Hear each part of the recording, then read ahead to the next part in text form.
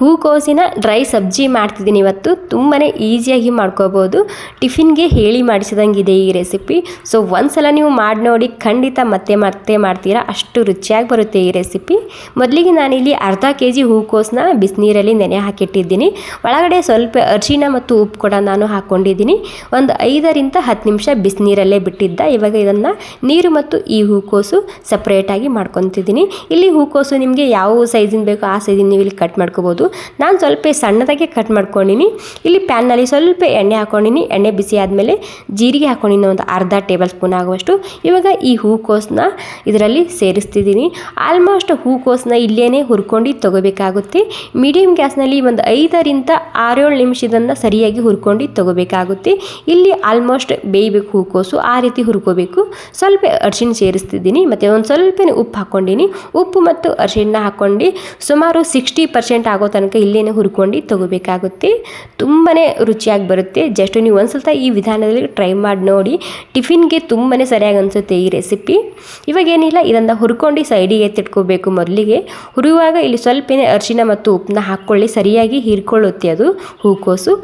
ಜಲ್ದಿ ಸಾಫ್ಟ್ ಆಗುತ್ತೆ ಮತ್ತು ಜಲ್ದಿ ಹುರಿಯುತ್ತೆ ಇಲ್ಲೇ ಒಂದು ಸ್ವಲ್ಪ ಉಪ್ಪು ಮತ್ತು ಅರಿಶಿಣ ಹಾಕೋದ್ರಿಂದ.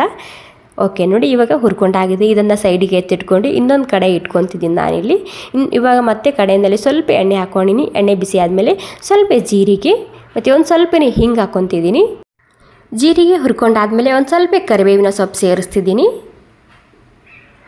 ಓಕೆ ನೋಡಿ, ಕರಿಬೇವು ಸೊಪ್ಪು ಹಾಕ್ಕೊಂಡಾದ್ಮೇಲೆ ಒಂದು 2 ಟೊಮೆಟೊನ ಸಣ್ಣದಾಗಿ ಕಟ್ ಮಾಡ್ಕೊಂಡು ಸೇರಿಸ್ತಿದ್ದೀನಿ.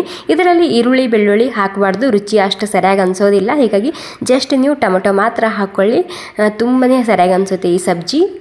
ಇಲ್ಲಿ ಮಹಾರಾಷ್ಟ್ರದಲ್ಲಿ ಇದೇ ರೀತಿ ಮಾಡ್ತಾರೆ. ಸೊ ನನಗಂತೂ ತುಂಬಾ ಇಷ್ಟ ಈ ಸಬ್ಜಿ, ಡ್ರೈ ಸಬ್ಜಿ. ಇವಾಗ ಇದರಲ್ಲಿ 1 ಚಮಚ ಮಸಾಲೆ ಖಾರ ಹಾಕ್ತಿದ್ದೀನಿ, ಮತ್ತು 1 ಚಮಚ ರೆಡ್ ಖಾರದ ಪುಡಿ ಹಾಕ್ಕೊತಿದ್ದೀನಿ. ಇವೆರಡೇ ಮಸಾಲೆ ಹಾಕಬೇಕು, ಬೇರೆ ಮಸಾಲೆ ಯಾವ್ದು ಭೀ ಸೇರಿಸಬಾರ್ದು ನೀವು ಇದರಲ್ಲಿ. ತುಂಬಾ ರುಚಿ ಅನಿಸುತ್ತೆ. ನಿಮಗೆ ಮಸಾಲೆ ಖಾರ ಆರ್ಡರ್ ಬೇಕಿದ್ರೆ ಮಾಡ್ಬೋದು, ನಾನು ನಂಬರ್ ಕೊಟ್ಟಿರ್ತೀನಿ ಮೇಲೆ, ಚೆಕ್ ಮಾಡಿ ನೋಡಿ. ಇವಾಗ ಟೊಮೆಟೊ ಸಾಫ್ಟ್ ಆಗಿದೆ ನೋಡಿ, ಇಷ್ಟು ಸಾಫ್ಟ್ ಆದರೆ ಸಾಕಾಗುತ್ತೆ. ಇವಾಗ ಟೊಮೆಟೊ ಸಾಫ್ಟ್ ಆದಮೇಲೆ ಈ ಹೂಕೋಸನ್ನ ಸೇರಿಸ್ತಿದ್ದೀನಿ. ಇವಾಗೆಲ್ಲ ಸೇರಿಸಿ ಮಸಾಲ ಜೊತೆ ಹೂಕೋಸನ್ನ ಸರಿಯಾಗಿ ಮಿಕ್ಸ್ ಮಾಡ್ಕೋಬೇಕು. ಇಲ್ಲೇನು ಉಪ್ಪು ಹಾಕೋ ಜರೂರತ್ತಿಲ್ಲ, ಅಂದರೆ ಅವಶ್ಯಕತೆ ಇಲ್ಲ. ಯಾಕೆಂದರೆ ನಾವು ಮೊದಲೇ ಬಿಸಿನೀರಲ್ಲಿ ಕೂಡ ನಾನು ಉಪ್ಪು ಹಾಕಿದ್ದ, ಮತ್ತು ಹುರಿಯುವಾಗ ಕೂಡ ಒಂದು ಸ್ವಲ್ಪ ಉಪ್ಪನ್ನ ಹಾಕಿದ್ದ ಅಲ್ಲ, ಅಷ್ಟೇ ಸಾಕಾಗುತ್ತೆ ಇದಕ್ಕೆ. ಇವಾಗ ಎಲ್ಲನೂ ಟೋಟಲಾಗಿ ಸರಿಯಾಗಿ ಮಿಕ್ಸ್ ಮಾಡ್ಕೋಬೇಕು. ಮಿಕ್ಸ್ ಮಾಡ್ಕೊಂಡು ಆದಮೇಲೆ ಇದಕ್ಕೆ ಸ್ವಲ್ಪ ನೀರನ್ನ ಚಿಮ್ಕಿಸ್ಬೇಕಾಗುತ್ತೆ. ಚಿಮ್ಕಿಸಿ ಉಪ್ಪು ಖಾರ ಹೀರ್ಕೋಬೇಕಲ್ವ, ಹೀಗಾಗಿ ಇದಕ್ಕೆ ಲೋ ಫ್ಲೇಮ್ದಲ್ಲಿ ಒಂದು 5 ನಿಮಿಷ ಆಗೋ ತನಕ ಹಬೆಯಲ್ಲಿ ಇದಕ್ಕೆ ಬಿಡಬೇಕಾಗುತ್ತೆ. ಸರಿಯಾಗಿ ಉಪ್ಪು ಖಾರ ಹೀರ್ಕೊಳ್ಳುತ್ತೆ ಈ ಫ್ಲವರು, ಹೀಗಾಗಿ ಒಂದು 5 ನಿಮಿಷ ಹಬೆಯಲ್ಲಿ ಮುಚ್ಚಿಟ್ಟಿದ್ದೀನಿ. ಓಕೆ ನೋಡಿ, ನಮ್ಮ ಡ್ರೈ ಸಬ್ಜಿ ತಯಾರಾಗಿದೆ. ಇದನ್ನು ನೀವು ಚಪಾತಿ, ರೊಟ್ಟಿ ಮತ್ತು ಅನ್ನಕ್ಕೆ ಸೈಡ್ ಡಿಶ್ ಆಗಿ ತಿನ್ಬೋದು. ತುಂಬ ಅಂದರೆ ತುಂಬಾ ರುಚಿಯಾಗಿ ಬರುತ್ತೆ ಇದು. ಒಂದು ಸ್ವಲ್ಪ ಕೊತ್ತಂಬರಿ ಸೊಪ್ಪು ಹಾಕ್ಕೊಂಡಿನಿ. ಇವಾಗೆಲ್ಲ ಸೇರಿಸಿ ಮಿಕ್ಸ್ ಮಾಡಿಕೊಂಡ್ರೆ ಸಾಕು. ನಮ್ಮ ರುಚಿಯಾಗಿರುವಂತಹ ದಿಢೀರಾಗಿ ಮಾಡುವಂತಹ ಹೂಕೋಸಿನ ಮಸಾಲ ಸಬ್ಜಿ ತಯಾರಾಗುತ್ತೆ. ಟಿಫಿನ್ಗೆ ಹೇಳಿ ಮಾಡಿಸಿದಂಗಿದೆ ಈ ರೆಸಿಪಿ. ಆಲ್ಮೋಸ್ಟ್ ನಮ್ಮ ಮನೆಯಲ್ಲಿ ಎಲ್ರಿಗೂ ತುಂಬಾ ಇಷ್ಟ ಈ ರೆಸಿಪಿ. ಸೊ ನೋಡಿ ಎಷ್ಟು ಮಸ್ತಾಗಿ ಬಂದಿದೆ ಅಲ್ವಾ. ತುಂಬಾ ಈಸಿಯಾಗಿ ಮಾಡ್ಕೋಬೋದು, ಜಾಸ್ತಿ ಮಸಾಲ ಕೂಡ ಇರೋದಿಲ್ಲ ಈ ಸಬ್ಜಿಯಲ್ಲಿ.